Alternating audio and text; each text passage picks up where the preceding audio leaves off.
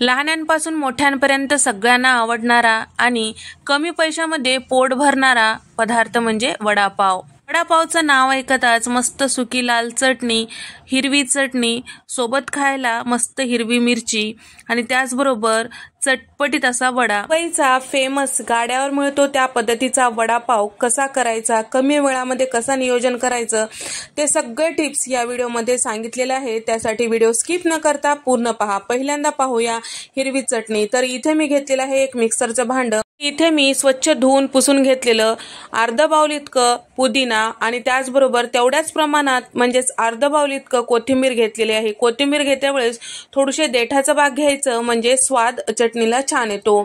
सोबतच 8 ते 9 हिरव्या मिरच्या टाकून घेतलेल्या आहे कमी तिखटाच्या आणि 10 ते 12 लसणाच्या पाकळ्या, 2 इंचाचा आलं, चवीपुरतं मीठ टाकून घेतले आहे, 1 चमचाभर जिरे टाकून घेतलेले आहे।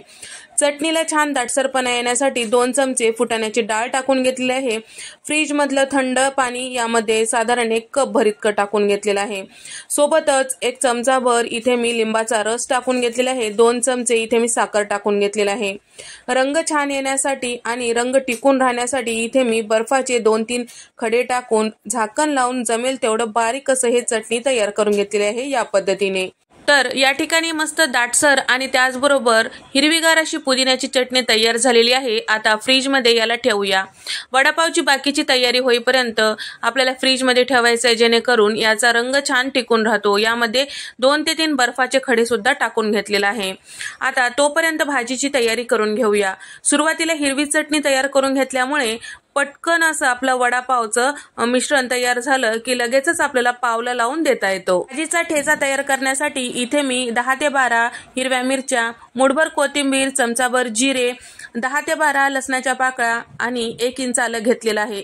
पाणी न टाकता याचा ठेचा तयार करून घ्यायचा आहे। तर भाजीसाठी इथे मी अर्धा किलो बटाटे आधीच उकडून ठेवलेलं होतं, तर सालं काढून उकडलेलं आहे, ज्यामुळे पटकन थंड झाले की आपल्याला मॅश करता येते। तर या ठिकाणी थंड झालेलं आहे, हाताने या पद्धतीने थोडंसं जाडसर असं मॅश करून घेतलेलं आहे, म्हणजे जेव्हा आपण वडा करतो त्यावेळेस त्यामध्ये मोठे चंक्स जर असतील तर खाताना मस्त लागतात। तर आता हे बाजूला ठेवूया। वड्यासाठी लागणारं बेसन पीठ भिजून घेऊया।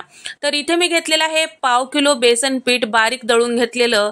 आता यामध्ये टाकायचं आहे अर्धा चमचा हळद, चवीपुरतं मीठ, पाव चमचा खाण्याचा सोडा। तर खाण्याचा सोडा टाकल्यामुळे गाड्यावर ज्या पद्धतीचं वड्याला वरचं आवरण असतं त्याच पद्धतीचं आपल्या इथं घरच्या घरी तयार होतं। तर या ठिकाणी या पिठाला लागेल तसं पाण्याचा वापर करायचा आहे, एकदाच टाकायचं नाही। यासाठी लागणारं बेसन पीठ बारीक दळलेलं असायला पाहिजे, म्हणजे वडा मस्त तयार होतो। जर वरचं आवरण छान नसेल तर खायलाही वडा चांगला लागणार नाही। तर या ठिकाणी लागेल तसं पाण्याचा वापर करून इथे मी हे पीठ तयार करून घेतलेलं आहे। तर या ठिकाणी हे पीठ साधारण 10 मिनिटांसाठी झाकून ठेवूया, म्हणजे छान असं भिजल्या जातो। गुठळ्या राहू द्यायचं नाही हे लक्षात ठेवा आणि 10 मिनिटं याला बाजूला ठेवणार आहोत। तर जरी असेल तर गुठळ्या परत आपण मिक्स करते वेळेस छान असं व्यवस्थित मिक्स होतो। हे पीठ कमीत कमी 5 मिनिटं तरी आपल्याला छान असं फेटून घ्यायचं आहे, म्हणजे हलकं फुलकं हे पीठ तयार होतं। तोपर्यंत याला झाकून ठेवूया। आता भाजीची तयारी करून घेऊया। तर इथे मी कढईमध्ये साधारण 3 चमचे तेल टाकून घेतलेलं आहे, अर्धा चमचा मोहरी, अर्धा चमचा जिरं, तयार करून घेतलेलं ठेचा यामध्ये टाकून घेतलेला आहे। सगळं छान अर्ध्या मिनिटासाठी परतून घ्यायचं आहे आणि त्याचबरोबर ठेचा तेलात परतवते वेळेस गॅसचा फ्लेम कमी ठेवायचा। सोबतच यामध्ये टाकूया पावडर मसाले। तर इथे मी टाकत आहे 1 पाव चमचा हळद, अर्धा चमचा गरम मसाला, 1 चमचाभर धने पावडर, चवीपुरतं मीठ टाकून घेतलेलं आहे। मॅश करून घेतलेलं जे आलू होता किंवा बटाटा होता ते यामध्ये टाकून सगळं छान व्यवस्थित मिक्स करून घ्यायचं आहे। सगळं छान व्यवस्थित मिक्स करून 1-2 मिनिटं परतून घ्यायचं आहे, म्हणजे सगळे फ्लेवर मस्त भाजीमध्ये उतरतात।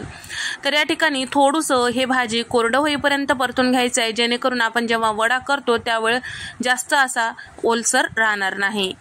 सारण छान तयार झाल्यानंतरच आपल्याला लिंबाचा रस यामध्ये टाकायचा आहे, जेणेकरून याचा खमंग फ्लेवर टिकून राहतो। लिंबाचा रस टाकून घेतल्यानंतर सगळं छान व्यवस्थित मिक्स करायचं। आता हे जे मिश्रण आहे थंड करायला बाजूला ठेवूया। थंड झाल्यानंतरच आपल्याला वड्याचा आकार देऊन घ्यायचा आहे। तर इथे मी घेतलेला आहे साधारण 25 ते 30 लसणाच्या पाकळ्या, तर सालासहित घेतलेला आहे। तर आपल्याला मुंबईचा वडापाव म्हटलं की एक खास लाल चटणी असते, ती चटणी तयार करून घ्यायची आहे। त्यामुळे इथे ह्या लसणाच्या पाकळ्याला आपल्याला ठेचून घ्यायचं आहे। तर या ठिकाणी हे चटणी तयार करण्यासाठी आपल्याला शेंगदाणे जे आहेत तळून घ्यायचं आहे। तर इथे मी अर्धा कप शेंगदाणे तेलामध्ये तळून घेत आहे छान कुरकुरीत होईपर्यंत। तर या ठिकाणी छान कुरकुरीत शेंगदाणे झाल्यानंतर एका ताटामध्ये काढून घ्यायचं आहे। तेल पूर्ण निथळल्यानंतरच काढायचं। सोबतच ठेचून घेतलेलं जे लसण आहे ते सुद्धा छान याचा थोडासा कच्चेपणा जाईपर्यंत आपल्याला तेलामध्ये या पद्धतीने तळून घ्यायचं आहे। आता ताटामध्ये काढून घेऊया। इथे आपली भाजी थंड झालेली आहे। तर इथे आपल्याला वड्याचा आकार द्यायचा आहे। या ठिकाणी या भाजीचे आपल्याला सगळे या पद्धतीने चपटे वडे तयार करून घ्यायचे आहे। तुम्हाला जर आवडत असेल तर तुम्ही गोल सुद्धा हे वडे तयार करून घेऊ शकता।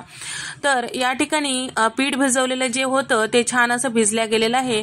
तुम्ही बघू शकता या पिठाला छान असं जाळी पडलेली आहे, म्हणजे पीठ छान भिजल्या गेलेलं आहे। चमच्याने आणखीन अर्ध्या मिनिटासाठी छान असं फेटून घ्यायचं आहे, जेणेकरून पीठ छान व्यवस्थित मिक्स होतो आणि जरी गुठळ्या यामध्ये असतील तर व्यवस्थित मोडल्या जातात। या पद्धतीचं इथे आपल्याला पीठ पाहिजे हे लक्षात ठेवा। जर जास्त घट्ट असेल तर वड्याचं आवरण जास्त जाड होतो आणि पातळ असेल तर त्याला व्यवस्थित कोटिंग होत नाही। तुम्ही बघू शकता मी जेव्हा हात बुडवत आहे पिठामध्ये त्यावेळेस व्यवस्थित असं पीठ खाली पडत आहे, म्हणजे आपलं हे पीठ छान असं तयार झालेलं आहे। तर लाल सुकी चटणीसाठी आपल्याला हे शेव तयार करून घ्यायचं आहे। तर इथे मी तेल आधीच गरम करायला ठेवलेलं होतं। तर पिठामध्ये हात बुडवून या पद्धतीने इथे मी शेव किंवा बुंदी आपल्याला तयार करून घ्यायचं आहे। तर तुम्ही चमचाने सुद्धा हे तयार करून घेऊ शकता तुमच्या आवडीनुसार। तर आता कढईमधलं हे शेव आपल्याला छान लालसर होईपर्यंत आणि कुरकुरीत होईपर्यंत तळून घ्यायचं आहे। गॅसचा फ्लेम मोठाच ठेवायचा आणि जेव्हा आपण हाताने यामध्ये शेवासारखं पाडून घेतो त्यावेळेस गॅसचा फ्लेम मोठा असायला पाहिजे, तेल छान कडकडीत असायला पाहिजे गरम, तरच छान व्यवस्थित कुरकुरीत हे शेव तयार होतो। या ठिकाणी इथे या पद्धतीचं शेव तयार झालं की ताटामध्ये काढून घ्यायचं आहे। आता सोबतच आपण वडे तयार करून घेऊया। तयार करून घेतलेले जे वडे आहेत पिठामध्ये या पद्धतीने बुडवायचं आणि त्यानंतर आपल्याला तेलामध्ये टाकून घ्यायचं आहे। हाताने शक्यतो आपल्याला टाकून घ्यायचं आहे, म्हणजे व्यवस्थित असं हे वडे तयार होतात आणि हाताला जर पीठ असेल तर तेलामध्ये पडतो आणि बारीक बारीक असे भजे यामध्ये पडले जातात। ते सुद्धा वडापाव खाते वेळेस मध्यभागी ठेवून द्यायचं, म्हणजे चवीला मस्त लागतो। कढईमध्ये जेवढे मावतील तेवढे आपल्याला हे वडे टाकून घ्यायचं आहे। गॅसचा फ्लेम मध्यम ठेवायचा आहे। दोन्ही साईडला लालसर होईपर्यंत आपल्याला तळून घ्यायचं आहे।